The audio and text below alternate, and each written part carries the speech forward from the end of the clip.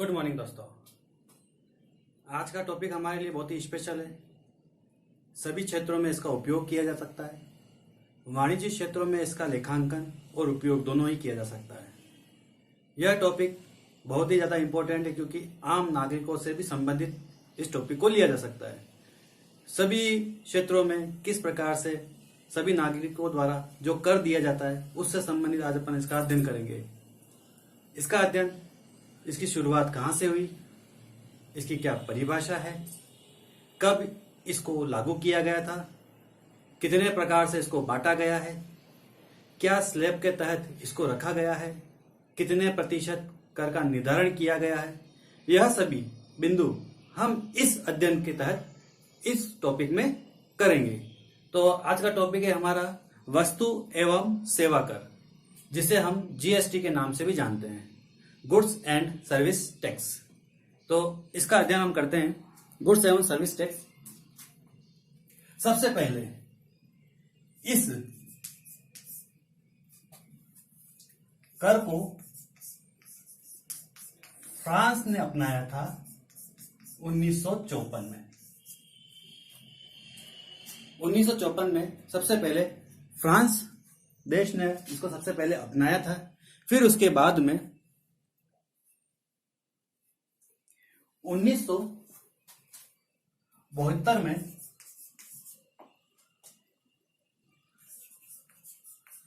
Canada द्वारा इसका उपयोग किया गया था और आज लगभग 152 देशों में इस जीएसटी को कर के रूप में अपनाया जा चुका है। यह किस प्रकार का कर है वो भी हमारे को पढ़ना है। तो इसको 122वें संविधान संशोधन विधेयक द्वारा इसको पारित किया गया था और 101 संविधान संशोधन द्वारा इसको लागू किया गया था 1 जुलाई 2017 को।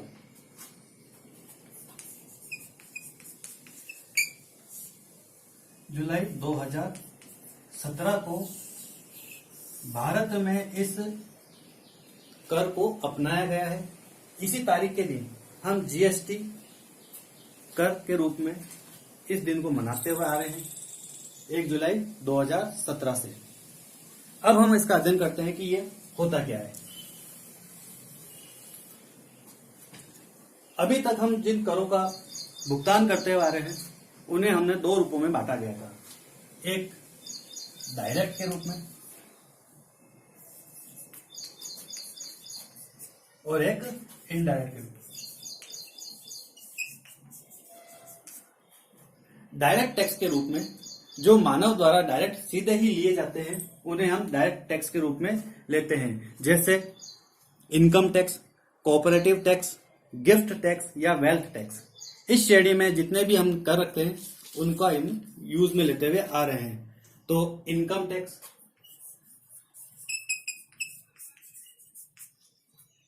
कॉर्पोरेटिव टैक्स,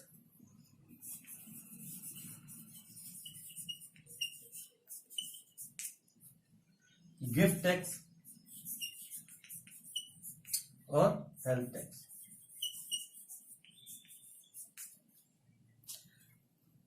इनडायरेक्ट टैक्स में जो वस्तुओं के क्रय विक्रय से संबंधित जिस प्रकार का कर चुकाया जाता है वह इनडायरेक्ट टैक्स की श्रेणी में आता है, जिसमें सबसे पहले आ रहा है हमारा एक्साइज ड्यूटी, सर्विस टैक्स,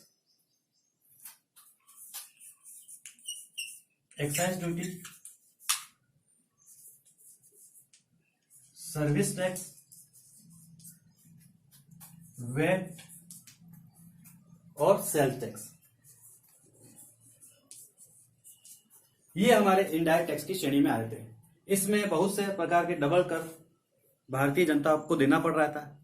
इसी से छुटकारा पाने के लिए इनडायरेक्ट टैक्स को जीएसटी के रूप में कन्वर्ट कर दिया गया। तो इनडायरेक्ट टैक्स के रूप में हम जीएसटी को पढ़ेंगे आज कि इसमें किस तरह से इसका यूज में लिया जा रहा है।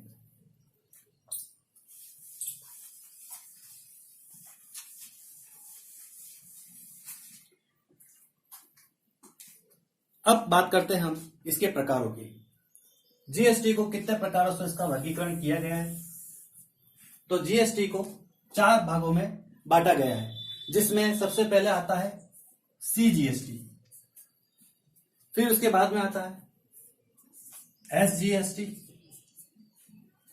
फिर उसके बाद में आता है UTGST, और उसके बाद में आता है लास्ट में IGST।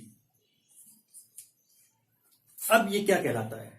CGST जो सेंट्रल द्वारा लिया जाता है, SGST जो स्टेट द्वारा लिया जा सकता है, UTGST जो केंद्र शासित प्रदेश है अपने यूनियन टेरिटरी के नाम से जो उनके द्वारा लिया जा सकता है, और दो राज्यों के मध्य में अगर किसी भी प्रकार का लेन देन होता है तो उससे संबंधित जो भी कर है वो IGST के रूप में भरा जाता है। इनके बारे में अपन पढ़ लेते हैं, समझ लेते हैं। CGST जो सेंट्रल द्वारा लिया जाता है, केंद्र द्वारा, यह राज्यों द्वारा, यह केंद्र शासित प्रदेश द्वारा, और यह दो राज्यों के मध्य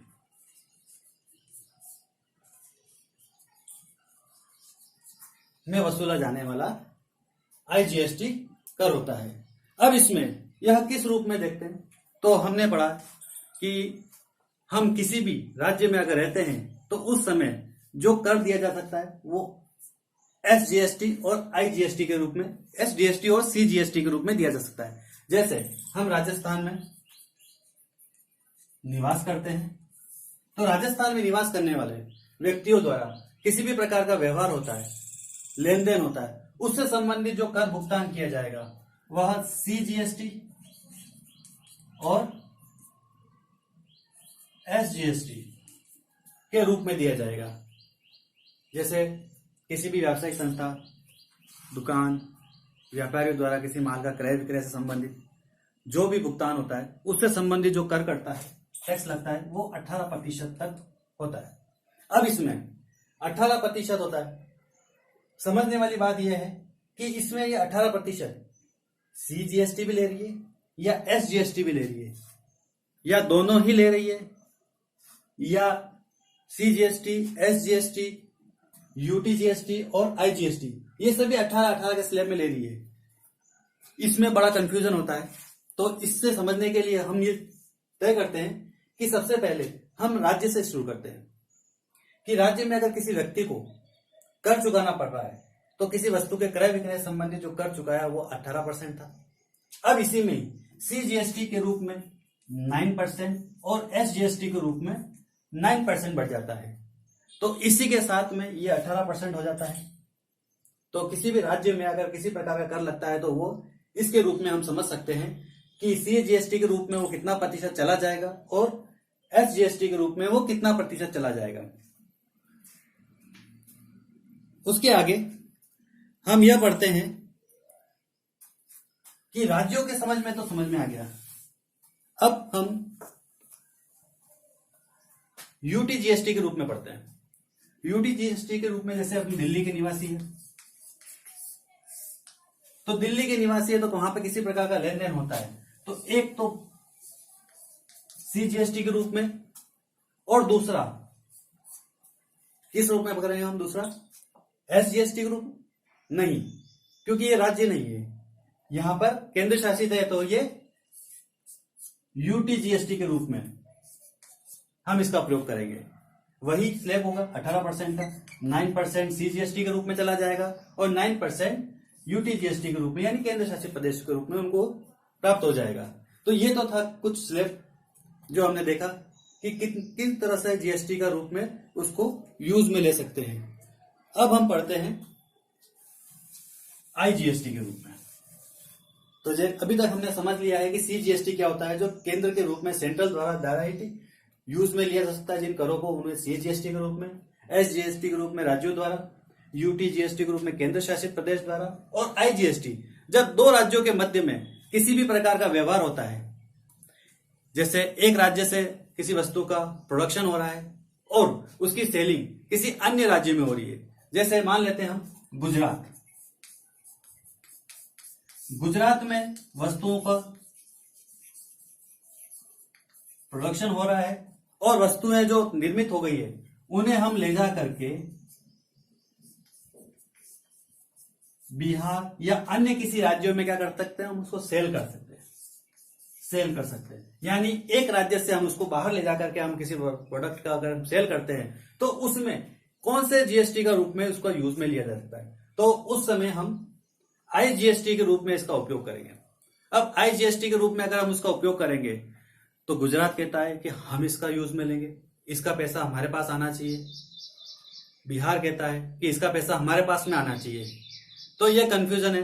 अब इसमें केंद्र भी ये कहती है कि इसका पैसा हमारे पास में आना चाहिए। तो सीजीएसटी यूज में ले कि एसजीएसटी यूज में ले कि आईजीएसटी यूज में ले, तो उस संबंध में जो भी माल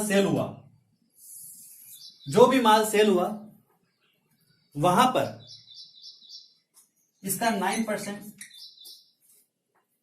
बिहार के पास में चला जाता है और बाकी का जो 9% बच रहा है वह सीजीएसटी के रूप में केंद्र के पास चला जाता है। तो अब बात यह आती है कि गुजरात ने क्या बिगाड़ा। गुजरात ये कहता है कि हम थोड़ी मुंह देखते रह जाएंगे, हमने तो माल का प्रोडक्शन किया है। तो देखो, इसके हाथ में लड्डू आ गया कर के रूप में, इसके हाथ में लड्डू आ गया कर के रूप में। तो अब गुजरात ने क्या बिगाड़ा, ये क्या मुंह देखता रहेगा कि ये लड्डू खा रहे हैं। तो हम देखते हैं कि गुजरात में जिस प्रकार से माल का प्रोडक्शन हुआ है तो वहां पर क्या मिल रहा है, लोगों को रोजगार मिल रहा है। तो रोजगार के रूप में इसके पास में भी काम है। तो ये क्या कर रहा है, प्रोडक्शन का निर्माण कर रहा है और लोगों को रोजगार दे रहा है। यहां पर टैक्स के रूप में जो माल विक्रय हुआ उसके रूप में इनको मिल रहा है और ये सीजीएसटी के रूप में तो जा ही रहा है।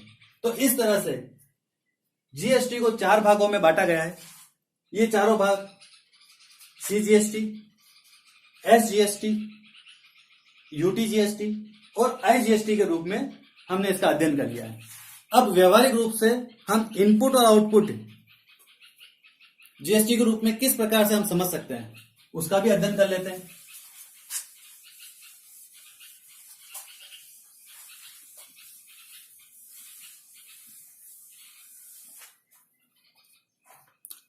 जैसे एग्जाम्पल के तौर पे एक वस्तु 100 रुपए की है, कुछ भी मान लीजिए वस्तु, चाहे तो अपना शर्ट ले लीजिए, एक पेन ले लीजिए, कुछ भी हो, 100 रुपए की कीमत है उसकी प्राइस कितने की है, 100 रुपए की। और 10% अगर मैं जीएसटी लगाता हूं तो अब उसकी वैल्यू कितनी हो गई, 110 रुपए। तो जीएसटी की रेट कितनी है अपने पास में, 10 रुपए की वो पड़ी है। अब उसको विक्रय करना है किसी दुकानदार को, 110 रुपए का वो प्रोडक्ट पड़ रहा है उससे। अब वो कहता है कि मैं उसको लाऊंगा, उसकी पैकिंग करूंगा, पैकेजिंग करूंगा, फिर उसको ले जा करके मार्केट में बेचूंगा। तो उससे संबंधित वह ये कहता है कि 110 रुपए तो मेरे लिए वस्तु पड़ी है, उसमें 40 रुपए क्यों ना मैं पैकेजिंग के, एडवर्टाइजमेंट के, ये जोड़ करके वस्तु को 150 रुपए में सेल करता हूं। तो 150 रुपए में सेल करते हैं तो 150 में प्लस 10% की जीएसटी मिला करके वह वस्तु पड़ी 165 रुपए की। कैसे पड़ी, 150 का 10% कितना होता है, तो जीएसटी के रूप में 15 रुपए आएगा, 15 रुपए आएगा। यहां पर वो दुकानदार 10 रुपए जीएसटी के ऑलरेडी भर रहा है, यहां पर वापस जीएसटी के 15 रुपए, तो अगर कुल मिलाकर के 25 रुपए की जीएसटी भरेगा। कंफ्यूजन वाला मामला यहीं पर आता है। समझने वाली बात यहीं पर है। यहीं पर लोगों को प्रॉब्लम होती है कि किस प्रकार से वो जीएसटी के रूप में चुकाएगा। तो उसको तो क्या डबल नुकसान हो रहा है, उसको प्रॉफिट क्या कुछ नहीं मिल रहा है। तो समझने वाली बात यह है कि इनपुट भी क्या रखना है और आउटपुट भी क्या रखना है। तो इसी में ही सभी को प्रॉब्लम आती है कि ये होता क्या है। तो देखो, आउटपुट था अपने पास में कितना, 15 का आउटपुट था, उसमें से इनपुट हम 10 रुपए कर देते हैं, तो बाकी कितने बच रहे हैं, 5 रुपए। अब ये 15 कौन सा आउटपुट है और 10 कौन सा आउटपुट है। तो देखो, आउटपुट जब हमने किया था तो हमारे को 15 रुपए के रूप में प्राप्त हो रहे थे जीएसटी के, ये हमारा आउटपुट है। और इनपुट के रूप में हमने जो 10 रुपए चुकाए थे पहले, वो हम यहां पर यूज में ले लेते हैं। वो हमें प्राप्त करना है कैसे भी करके, तो वो हम माइनस करते हैं। तो अब हमारे को ₹5 रूप में, इस सेल के रूप में हम इसको चुकाएंगे। तो कुल मिलाकर के ₹10 तो हमने पहले चुका दिए और ₹5 अभी चुका रहे हैं, तो कुल मिलाकर के 15% का हमारा क्या जा रहा है, जीएसटी के रूप में हम उसको ₹15 हम चुका रहे हैं। तो यही चीज समझने की जरूरत पड़ती है हमारे को कि इसमें कितना हमारे को कर के रूप में चुकाना पड़ रहा है और किस तरह से इसकी कैलकुलेशन की जा रही है। कंफ्यूजन यहीं पर होता है। कुछ को ये भी नहीं पता कि वो ₹10 यहां पे भी दे रहे हैं, ₹15 अब यहां पे दे रहे हैं, तो कुल मिलाकर के ₹25 जा रहे हैं। तो ₹25 कर के रूप में हम क्यों दे रहे हैं?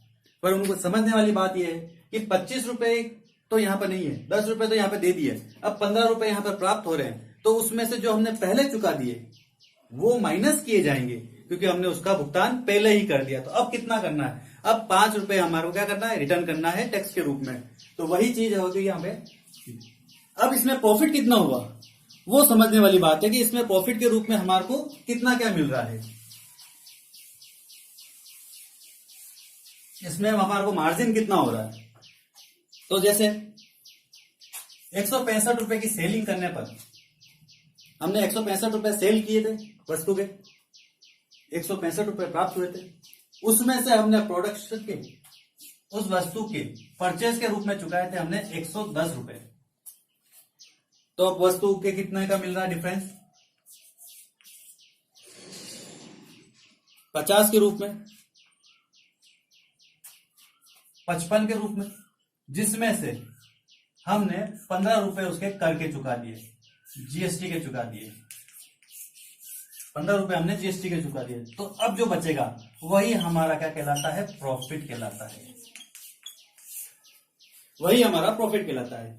इस उदाहरण से हम ये समझ सकते हैं कि जीएसटी का भुगतान किस तरह से किया जा सकता है, कितने प्रकार के जीएसटी होती है, किस तरह से उसकी कैलकुलेशन की जा सकती है, किस तरह से किस राज्यों के द्वारा जीएसटी वसूली जाती है, केंद्र द्वारा कितनी होगी, एसजीएसटी के रूप में कितना जाएगा, आईजीएसटी 2 राज्यों के मध्य में किसी प्रकार का व्यवहार होता है माल क्रय और विक्रय से संबंधित, तो उसमें कितने प्रतिशत केंद्र के पास, कितने प्रतिशत राज्यों के पास रहेगा, ये सभी हमने आज इस वीडियो के माध्यम से समझने की कोशिश की है। होप आपको ये वीडियो अच्छा लगा होगा, जीएसटी के बारे में अच्छे से समझ में आया होगा। तो इसे लाइक कीजिए, सब्सक्राइब कीजिए और बेल आइकन के बटन को दबाना ना भूलिए। और ज्यादा अच्छा लगा है तो इसको शेयर भी कीजिए अपने दोस्तों में। धन्यवाद। जय हिंद।